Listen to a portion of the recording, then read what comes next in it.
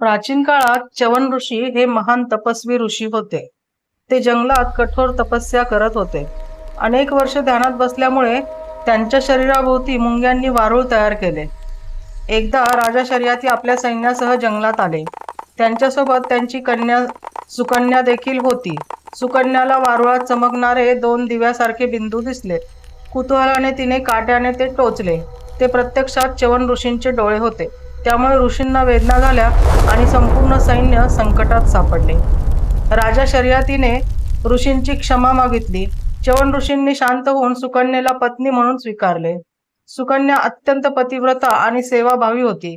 तिने वृद्ध ऋषींची मनापासून सेवा केली. एकदा देवांचे वैद्य अश्विनी कुमार आश्रमात आले. त्यांनी सुकन्येची सेवा आणि निष्ठा पाहून प्रसन्न होऊन च्यवन ऋषींना तरुण बनवायचे ठरवले. त्यांनी ऋषींना एका दिव्य कुंडात स्नान करण्यास सांगितले. स्नानानंतर च्यवन ऋषी पुन्हा तरुण आणि तेजस्वी झाले. या कथेमुळे च्यवन ऋषींची कीर्ती सर्वत्र पसरली.